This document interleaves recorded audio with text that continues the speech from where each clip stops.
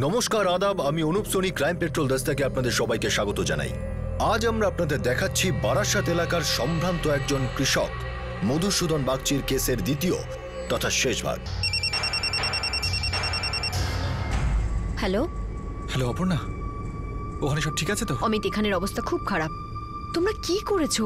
আর এসব কি হচ্ছে? আরে আমি কিছু করিনি রে বাবা, কিছু করিনি। ব্যাপারটা হাত থেকে বেরিয়ে গেছে। আমি ওদের আটকানোর অনেক চেষ্টা করেছিলাম, কিন্তু ওরা আমার কোনো কথাই শোনেনি। অমিত দেখো, এখানের অবস্থা খুব খারাপ। আমি বলবো যে তুমি যদি কিছুদিন এখানে না আসো সেটাই ভালো হবে। ঠিক আছে, আমি তোমায় কিছুদিন বাদে ফোন করব। ঠিক আছে।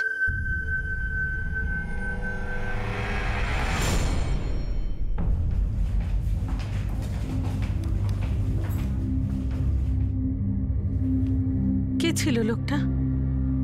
আপনার ছেলে লোকটার মুখটা দেখতে পেয়েছিল, কিন্তু নামটা জানে না। আমি এই লোকটাকে অনেকবার দেখেছি দিদার বাড়িতে গিয়ে। আমি ওর মুখটা দেখতে পাইনি, না হলে চিনে নিতাম কে ছিল। সুমিত, তুই ঠিক জানিস লোকটাকে আগেও দেখেছিস? হ্যাঁ মা, আমি যখন দিদার বাড়ির ওখানে ফুটবল খেলছিলাম তখন সে আমাকে ফুটবলটা দিয়েছিল। ওই লোকটাকে আমি ওখানেই দেখেছি। আপনি কিছু আন্দাজ করতে পারেন লোকটাকে? না স্যার, আমার তো কিছুই জানা নেই।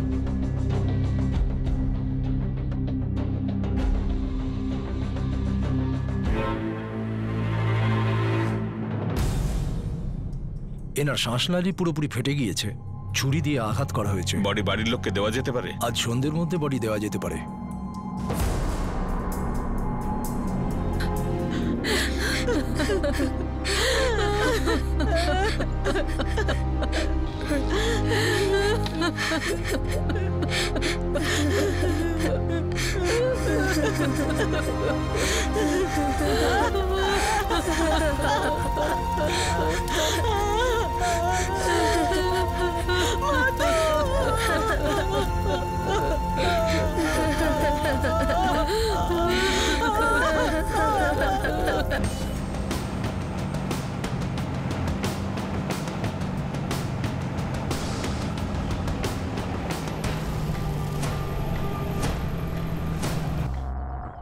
একবার আমি ওকে এখানেও দেখেছিলাম যখন ও আমাকে ফুটবলটা ফেরত দিয়েছিল।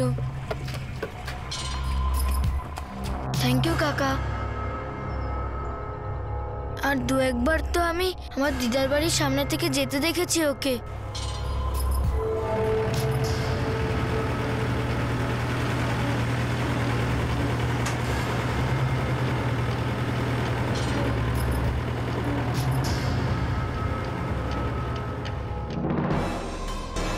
বাবু, লোকটা ট্রাক্টরে আসতো? হ্যাঁ ইন্সপেক্টর আঙ্কেল, লাল ট্রাক্টরে।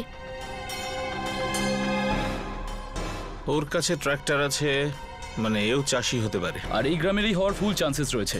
ইনফরমারদের লাগিয়ে দাও, খোঁজ নাও যে লাল ট্রাক্টরওয়ালা কে। স্যার,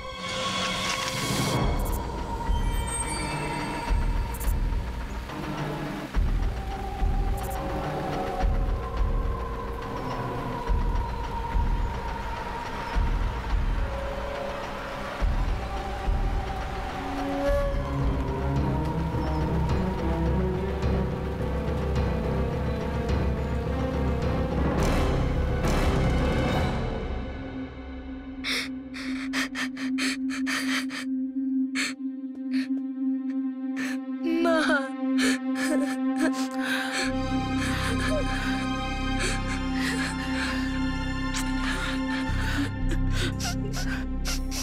সুমিত, একটা কথা শোন, তোর বাবা আর কোনোদিন ফিরে আসবে না।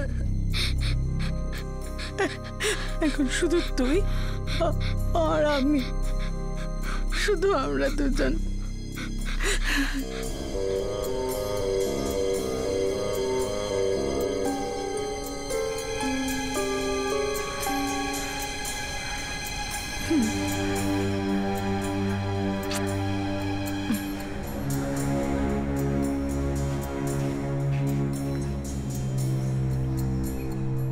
মা শ্রাবণী, তুই চাইলে আমি এখানে কিছুদিন থেকে যাব কি? না মা, এখন থেকে তো একলা থাকার অভ্যেস করতে হবে। তুমি আর কতদিন সঙ্গে থাকবে? তুই অনেক সহ্য করেছিস, মা দুর্গা তোকে শক্তি দিক। ওই বদমাশগুলো ওদের পাপের যোগ্য শাস্তি নিশ্চয়ই পাবে।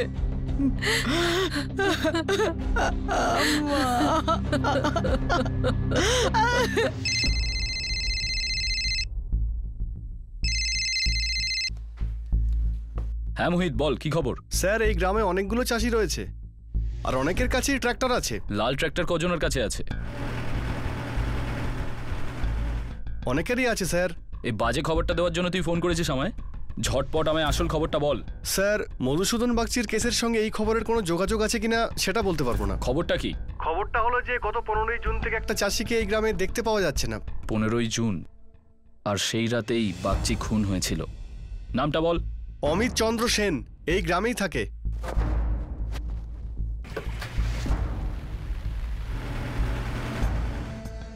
অমিত চন্দ্র সেন? আমি চিনি তো ওকে।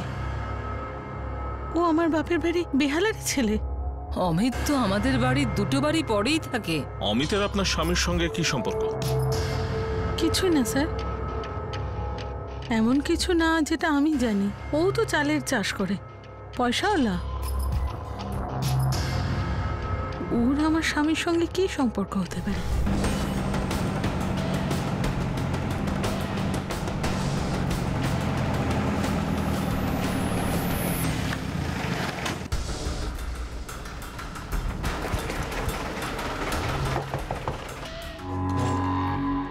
বলুন। অমিত চন্দ্র সেন আমার স্বামী। কি হয়েছে? আমি জানি না উনি কোথায় আছেন, আমি সত্যি জানি না। ও 15ই জুন এখান থেকে গেছে আর আজ 23শে জুন। 8 দিন কেটে গেছে আর আপনি জানেন না আপনার স্বামী কোথায়? ও কখনো কখনো কাজের জন্য কলকাতায় যায়। ওনার নাম্বারটা তো আছে আপনার কাছে? আগে হ্যাঁ, 444-675-545, কিন্তু ফোনে পাচ্ছি না।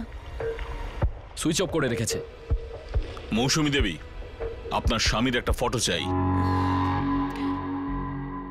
হ্যাঁ, এটা ওই লোকটারই ছবি।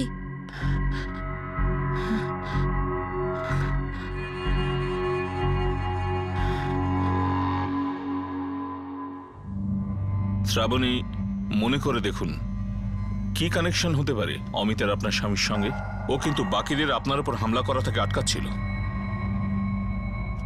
আমরা এসব করতে এখানে আসিনি। এই যদি এটা করতে না চায়, ওকে অন্য ঘরে নিয়ে যা। নিয়ে যা এখান থেকে। আরে তোমরা কিন্তু ঠিক করছো না। দেখুন, এটাই স্বাভাবিক যে অমিত আপনাকে আর আপনার মাকে চিনত। তাই হয়তো চায়নি যে যেটা আপনার সঙ্গে হয়েছে সেটা হোক। ও লোকগুলোকে আটকাতে পারেনি, আপনাকে বাঁচাতে চেয়েছিল। কিন্তু আপনার স্বামীর খুনের সময় ও তো বাকিদের সঙ্গেই ছিল। আমি সত্যি বলছি স্যার, আমি কিচ্ছু বুঝতে পারছি না। আমি কিছুই জানি না যে আমার স্বামীর সাথে এই লোকটার কি সম্পর্ক, আর ও আমার স্বামীকে কেন মেরেছে। আমি কিচ্ছু জানি না স্যার। ঘটনার রাতে সুমিত যাকে দেখেছিল সে ছিল শ্রাবণীর গ্রামের একজন কৃষক অমিত চন্দ্র সেন। পুলিশ অপরাধীর নাম তো জেনে গিয়েছিল, কিন্তু এখনো পর্যন্ত খুনের উদ্দেশ্য বোঝা যাচ্ছিল না। মধুসূদন বাগচির পরিবারের উপর এমন নিষ্ঠুর হামলা কেন করা হয়েছিল, এই ধাঁধার উত্তর পাওয়া বাকি ছিল। স্যার, অমিতের ফোনটা এখনো বন্ধ করা আছে, তবে ওর বাড়ির ওপর সাদা পোশাকে পুলিশ 24 ঘন্টা নজর রাখছে। মধুসূদনের ফোন রেকর্ড থেকে এর ব্যাপারে কিছু জানতে পারলে? না স্যার, ওদের দুজনের মধ্যে কোনো কানেকশন পাওয়া যায়নি। আমি বেহালা আর তার আশেপাশের সমস্ত পুলিশ স্টেশনে খোঁজ নিয়েছি। কোনো পুলিশ স্টেশনেই অমিত চন্দ্র সেনের নামে কোনো ক্রিমিনাল রেকর্ড নেই। স্যার, এই 5টা লোক যখন শ্রাবণীকে রেপ করতে যায় তখন অমিতই কিন্তু সেটা বাধা দেওয়ার চেষ্টা করেছিল। হতে পারে ওর উদ্দেশ্য ছিল মধুসূদনকে মারা এবং লুট করা। বাকি যা কিছু হয়েছে কোইন্সিডেন্স, সেটার কোনো প্ল্যান ছিল না। অমিতের ফোন রেকর্ড পেয়েছো? কাল সকালের মধ্যে চলে আসবে। কিছু তো কানেকশন ছিলই। ওই 5 জন, ওদের কি মধুসূদনের সঙ্গে কোনো পুরনো শত্রুতা ছিল? আর অমিত শুধু সঙ্গে ছিল, কিন্তু কেন? এই কেসটা তো ক্রমশ ধাঁধা তৈরি করছে।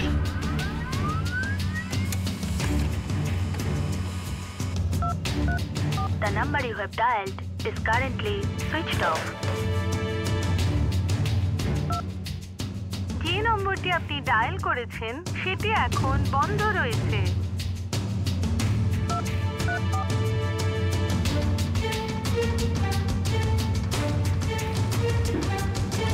স্যার, অমিতের শেষ লোকেশন ছিল বেহালার আশেপাশে। মানে অপরাধটা করে ও বেহালায় ফিরে যায়? হ্যাঁ স্যার। আরেকটা কথা, অমিতের ফোন রেকর্ডস থেকে জানা গেছে ও কয়েকটা নাম্বারে অনেকদিন ধরে ফোন করে আসছে।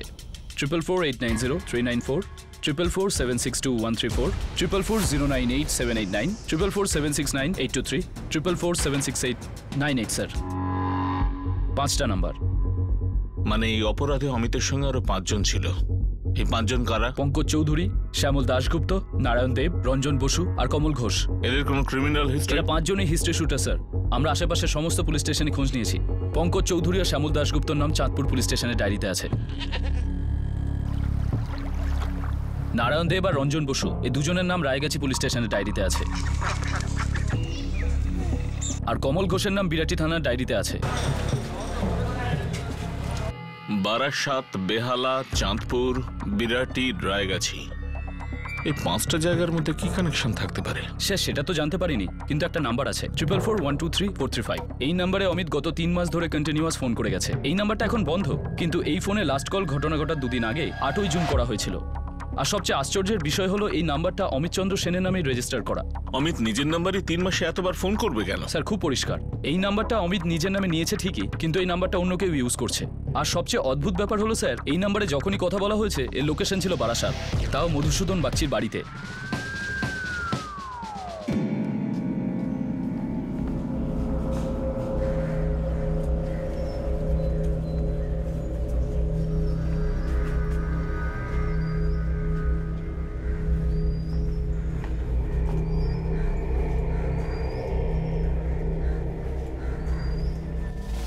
এই খুন হঠাৎ হয়নি, এর অনেক আগে থেকে প্ল্যান করা হয়েছে। আর এই খুনে বাড়িরই কেউ সামিল রয়েছে। স্যার শ্রাবণী?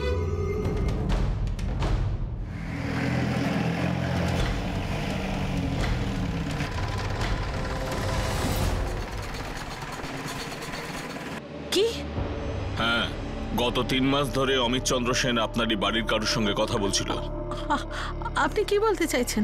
এই ঘটনাটা হঠাৎ করেই হয়নি, আপনার বাড়ির কেউ যুক্ত আছে। আমি তো কিছুই বুঝতে পারছি না স্যার। আমার বাড়ির ভিতর থেকে আমার উপর কে হামলা করাতে পারে? এটা আপনি আমাদের বলবেন যে আমরা কাকে সন্দেহ করব, কাকে প্রশ্ন করব। স্যার, আমাদের বাড়িতে আমরা 3 জন থাকতাম, আমি, আমার স্বামী আর আমার ছেলে। স্বামী তো আর নেই। আর দেবু? দেবু কতদিন কাজ করছে এখানে? অনেক বছর ধরে কাজ করছে স্যার, কিন্তু খুবই বিশ্বাসী। ওই হুমকির চিঠিটার পর থেকে দেবুই সুমিতকে স্কুলে নিয়ে যেত আর নিয়ে আসতো। আপনার কি মনে হয় দেবু এতে সামিল হতে পারে? না স্যার, দেবু খুব বিশ্বস্ত লোক।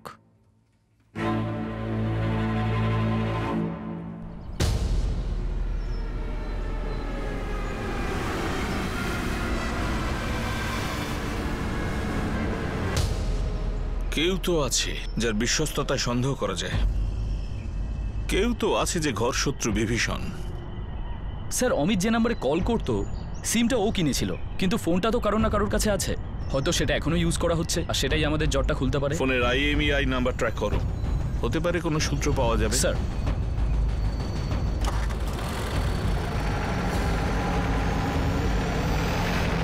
মধুসূদন বাগচির খুনের রহস্য এবার ধীরে ধীরে সমাধান হচ্ছিল। এটা পরিষ্কার হয়ে গিয়েছিল যে এই ঘটনার পিছনে প্রধান পাণ্ডা ছিল অমিত সেন, কিন্তু তার উদ্দেশ্য এখনো জানা যায়নি। তবে পুলিশ এটা বুঝে গিয়েছিল যে এই ঘটনার একটা সূত্রর সঙ্গে মধুসূদন বাগচির বাড়ির সরাসরি সম্পর্ক ছিল। কে ছিল সেই ঘরের শত্রু আর অমিত কাকে ফোন করত?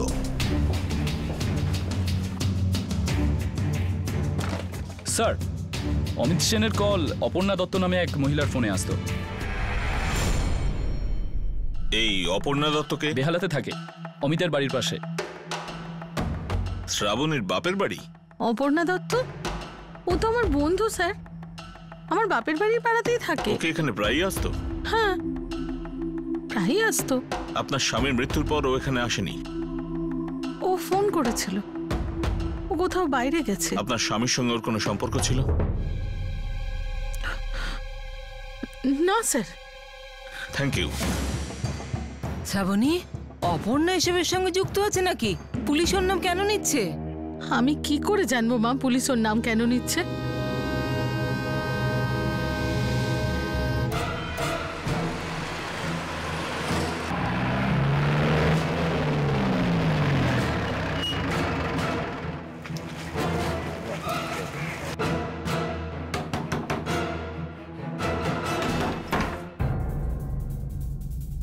বলুন। অপর্ণা দত্ত। স্যার, ও আমার মেয়ে। ইন্সপেক্টর সাহেব, আমি বুঝতে পারছি না আপনি কি বলতে চাইছেন। ব্যাপারটা পরিষ্কার, তোমার সঙ্গে অমিতের যোগাযোগ আছে। তুমি খুব ভালোভাবে জানো যে মধুসূদন বাগচির খুন কেন হয়েছে আর কেন তোমার বন্ধু শ্রাবণীর উপর হামলা, তুমি তো জানো। সত্যি ইন্সপেক্টর সাহেব, আমি কিছুই জানি না। সত্যি বলছি, আমি কিছুই জানি না। আপনারা আমার কথা বিশ্বাস করুন, আমি কিছুই জানি না। আমি বললাম না আমি কিছু জানি না। শুনুন। আরে আপনারা কোথায় নিয়ে যাচ্ছেন আমার মেয়েকে? আরে আমার মেয়ে কি করেছে স্যার? মধুসূদন বাগচির খুনের হাত আছে। এটা হতে পারে না। সেটাই হয়েছে। আমার মেয়ে এরকম করতেই পারে না। আপনার মেয়ে কি করতে পারে আর কি করেছে সেটাও নিজেই বলবে।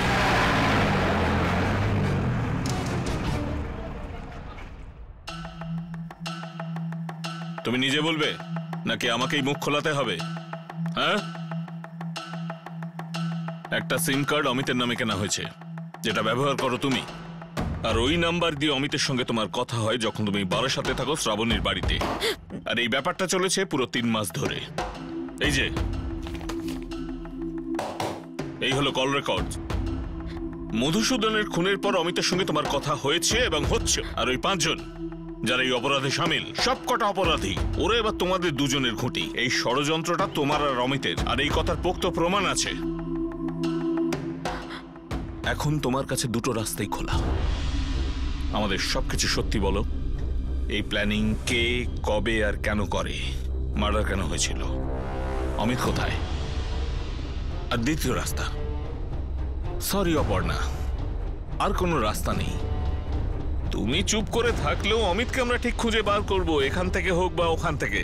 কিন্তু তুমি তো অবশ্যই জেলে পৌঁছবে অপর্ণা। সাহেব, আমি এই ব্যাপারে কিছুই জানি না। আমি তো শুধু ওদের সাহায্য করছিলাম। কাদের সাহায্য করছিলে অপর্ণা? কাদের সাহায্য করছিলে তুমি? শ্রাবণী আর অমিতের।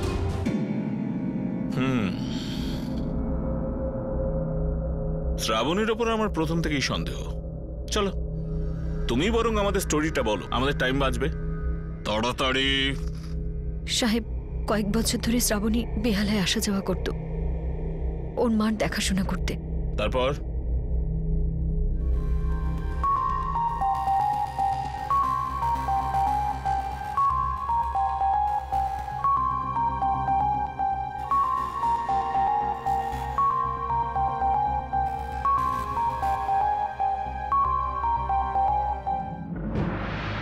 শ্রাবণী আর অমিত একে অপরকে অনেকদিন আগে থেকেই চিনত সাহেব, কিন্তু কয়েক বছর ধরে ওদের মেলামেশা বেড়ে গিয়েছিল।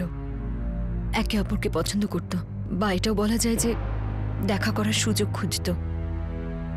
সুমিতের ছুটি পড়ার সঙ্গে সঙ্গেই শ্রাবণী বেহালায় এসে অনেকদিন থাকত। ওর মা একা থাকতো, তাই মারও খেয়াল রাখতো আর অমিতের সাথেও দেখা করত।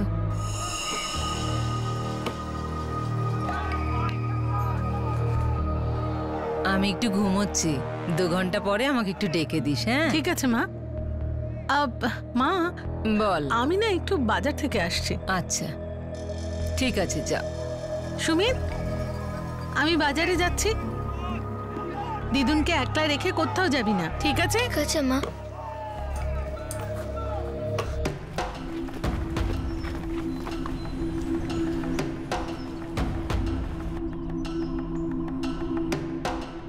শোনো, আমার হাতে 2 ঘন্টা আছে। 2 ঘন্টার মধ্যে আমায় ফিরে আসতে হবে। চলে আসবো, ভয় পাচ্ছ কেন?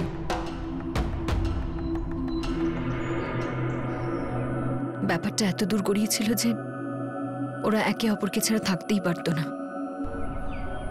আমি আমার স্ত্রীকে ছেড়ে দেবো শ্রাবণী। কিন্তু আমার পক্ষে এত সহজ নয় অমিত। আমার একটা ছেলেও আছে। আমাকে ছাড়া বাঁচতে পারবে?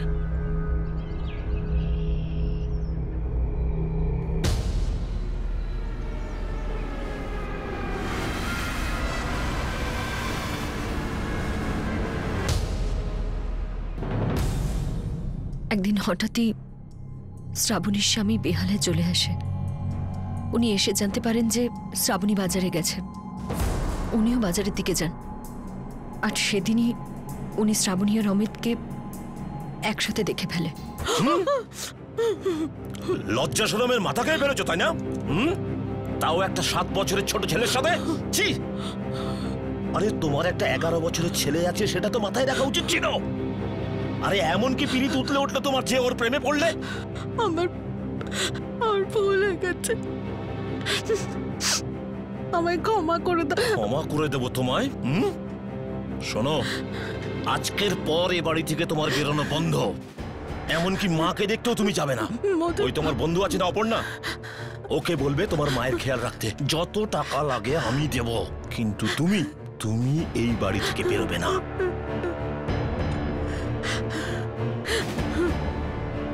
আর হ্যাঁ, এটা ভেবো না আমি সবকিছু ভুলে তোমাকে ক্ষমা করে দেব। এরপরেও যদি তুমি ওই ছেলেটার সাথে কোনো রকম সম্পর্ক রাখো, এর ফল খুব খারাপ হবে।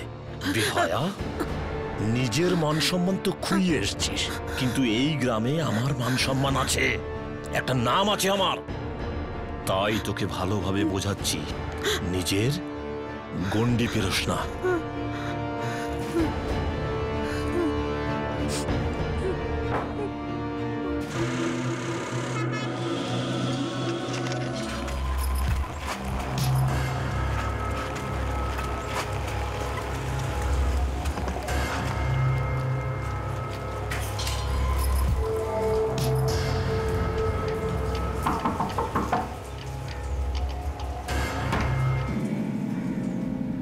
তুই তোর বান্ধবী না অপর্ণা?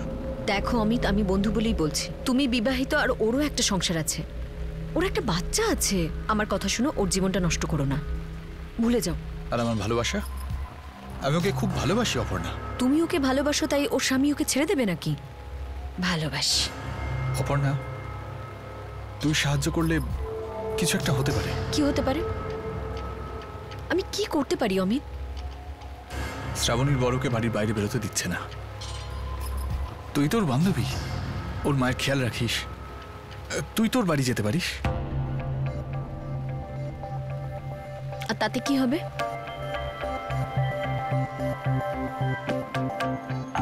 তুই আমাদের কথা বলিয়ে দিবি। আর ওর স্বামী যদি জেনে যায়? জানতে পারবে না, ফোনটা তোর আর সিমটা আমার নামে। তুই তোর বান্ধবী, তুই সবকিছু করতে পারিস। অপর্ণা, না বলিস না, আমরা একে অপরকে খুব ভালোবাসি। খালি বিয়ে করেই ফেঁসে গেছি, আমরা এবার মুক্তি চাই। অপর্ণা, আমি হাত জোড় করছি, প্লিজ একটু সাহায্য কর, প্লিজ। না বলিস না প্লিজ।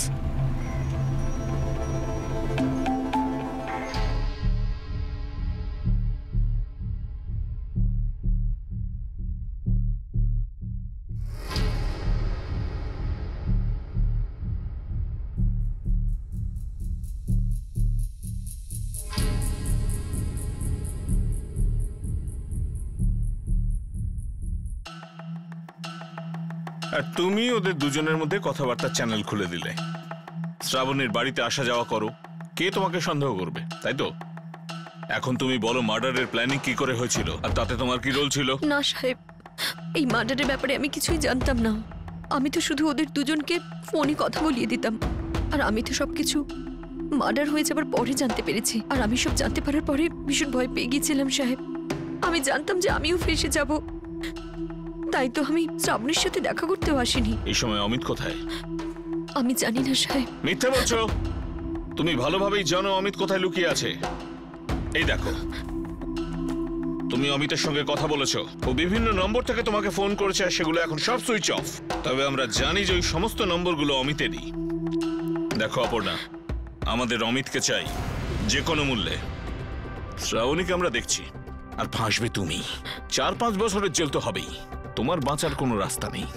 অমিতকে ফোন করে বলো যে তুমি ওর সঙ্গে দেখা করতে চাও, এক্ষুনি।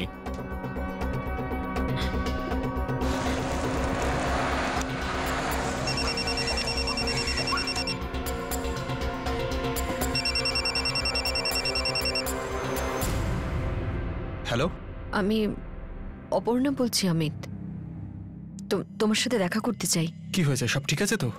হ্যাঁ, সব ঠিক আছে অমিত। পুলিশ মনে করছে যে হামলাটা কোনো গ্যাং করেছে। তোমাকে বা শ্রাবণীকে কেউ সন্দেহ করছে না। শ্রাবণী কেমন আছে? ওর সঙ্গে কথা হয়েছে? হ্যাঁ, ঠিক আছে। একবার কোনো রকমে কথা হয়েছে, ও একটা চিঠি দিয়েছে, তোমাকে দেওয়ার আছে। ঠিক আছে, ওই বেহালার বাইরে আমার যে জমিটা আছে চিনিস তো, তুই ওখানে চলে আয়। কটার সময়? এই ধর 4টে নাগাদ। ঠিক ঠিক আছে।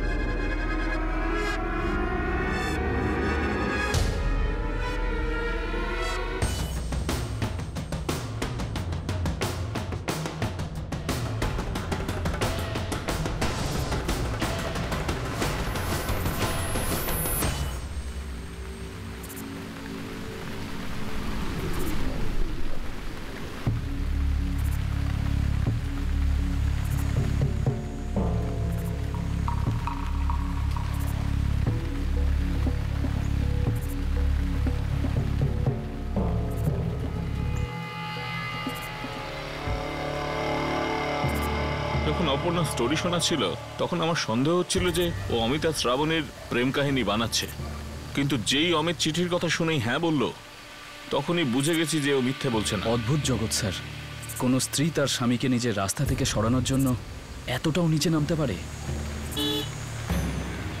সঞ্জীব,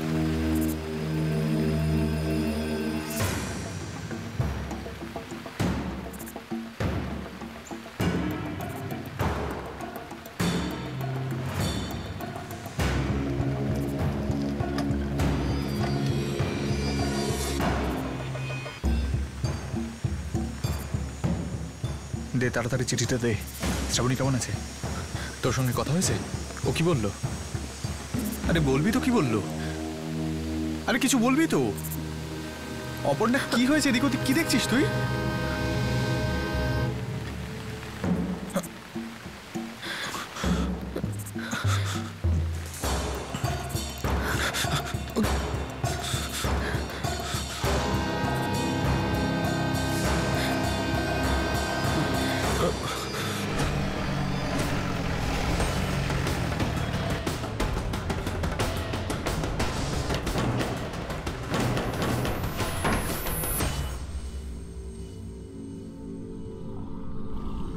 শ্রাবণী বাগচি, তোমার প্ল্যান একেবারে সফল হয়ে যেত সেদিন রাতে যদি না তোমার ছেলে সুমিত ওই অমিতকে চিনে না ফেলতো। মা, কিসের প্ল্যান? পুলিশ আঙ্কেল, কি হয়েছে? আপনি আমার মাকে কেন নিয়ে যাচ্ছেন? মা মা মা, তুমি কোথায় যাচ্ছ? তোমরা আমার মাকে কোথায় নিয়ে যাচ্ছ? দাঁড়াও মা, মা দাঁড়াও না, কোথায় যাচ্ছ মা? মা মা দাঁড়াও, দাঁড়াও, যেও না মা, মা।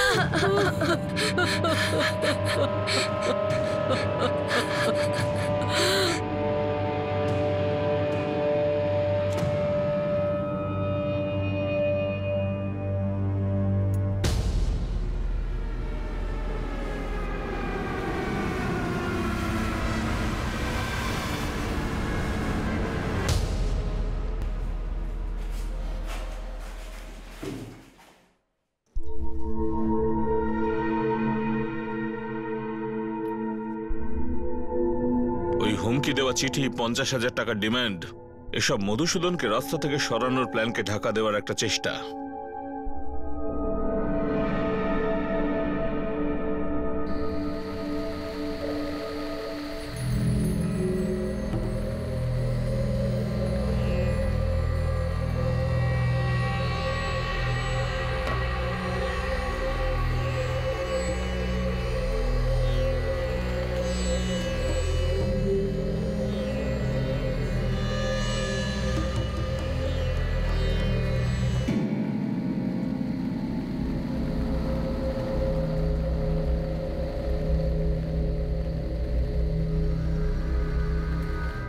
তোমাদের প্ল্যান ছিল যে শ্রাবণী বাথরুমে যাবার জন্য বাড়ির বাইরে বেরোবে সঙ্গে স্বামী মধুসূদনকে নিয়ে, আর তখন তুমি আর তোমার ভাড়ার গুন্ডারা ওদের উপর হামলা করবে, তাই তো?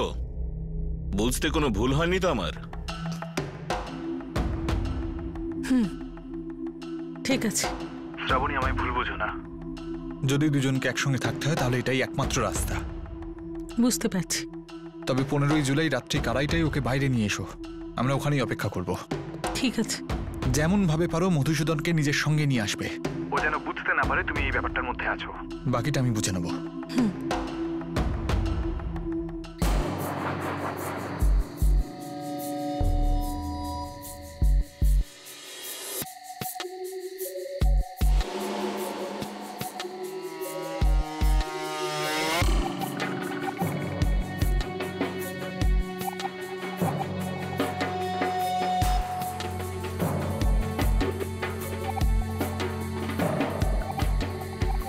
ও এবার যে কোনো সময় বাইরে বেরোবে।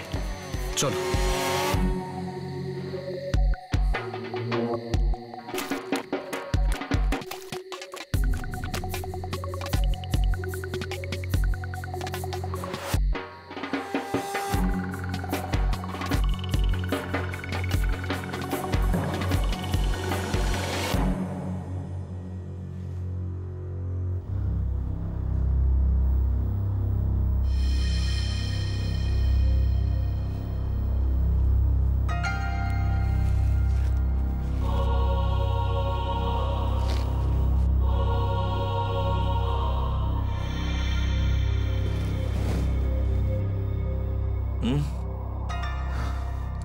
কি হলো আবার? বাথরুম যাব।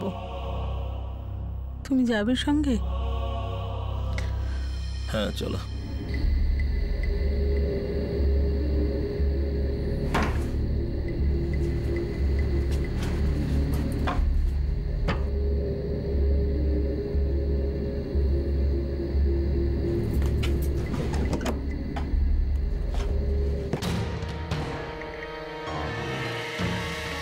শ্রাবণী বাথরুম থেকে বেরোনোর পরেই দুজনের উপর ঝাঁপিয়ে পড়বে।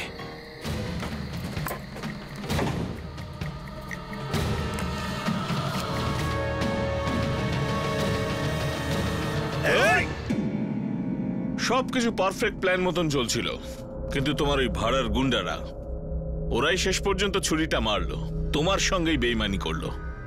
মধুসূদনকে খুন করবার পর শ্রাবণী ওদের শিকার হলো।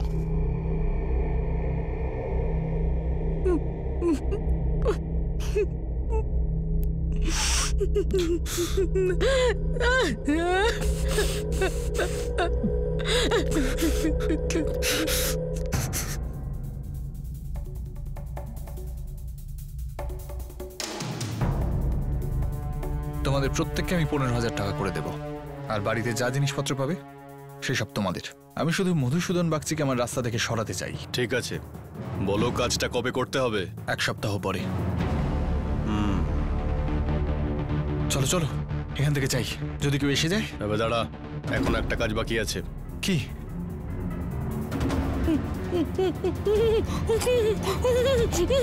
আমরা এসব করতে আসিনি। এই যদি এটা করতে না চায় ওকে অন্য ঘরে নিয়ে যা। জানি যা। জানি তোমরা এগুলো ঠিক করছো না। তুমি শুধু মধুসূদন বাগচিকে মারবার প্ল্যান করেছিলে, কিন্তু শেষ পর্যন্ত তোমার গুন্ডারাই তোমাকে ধোঁকা দিল।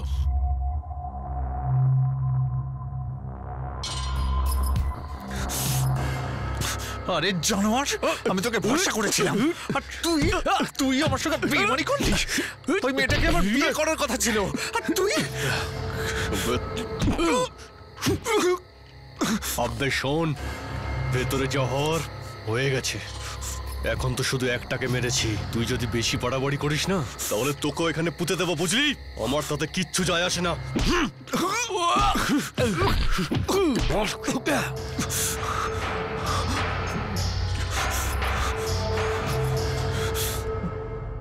সব অপরাধীকে মূল্য চোকাতে হয়, পাশা পাল্টায়। যে অপরাধ করে তাকেই ভুগতে হয়।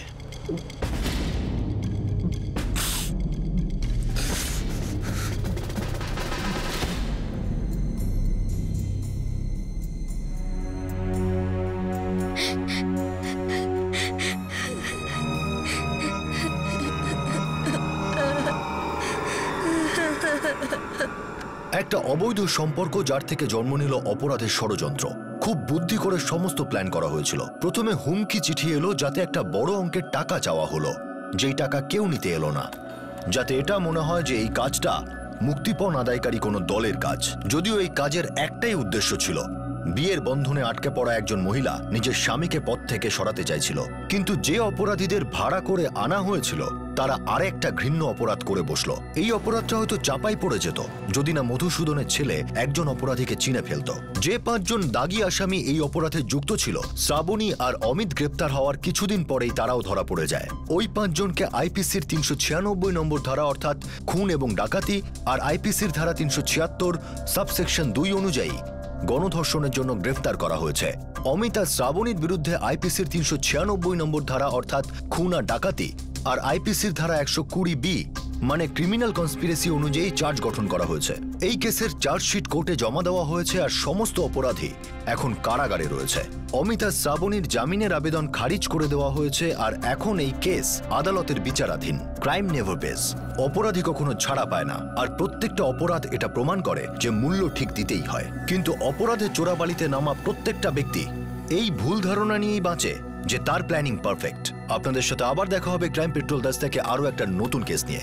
ততক্ষণ নিজের খেয়াল রাখবেন, সুরক্ষিত থাকবেন, আর মনে রাখবেন, যদি আপনি কোনো সম্পর্কের বন্ধন থেকে মুক্ত হতে চান তাহলে সঠিক পথ খুঁজুন, অপরাধের পথ নয়। Because crime never pays. জয় হিন্দ।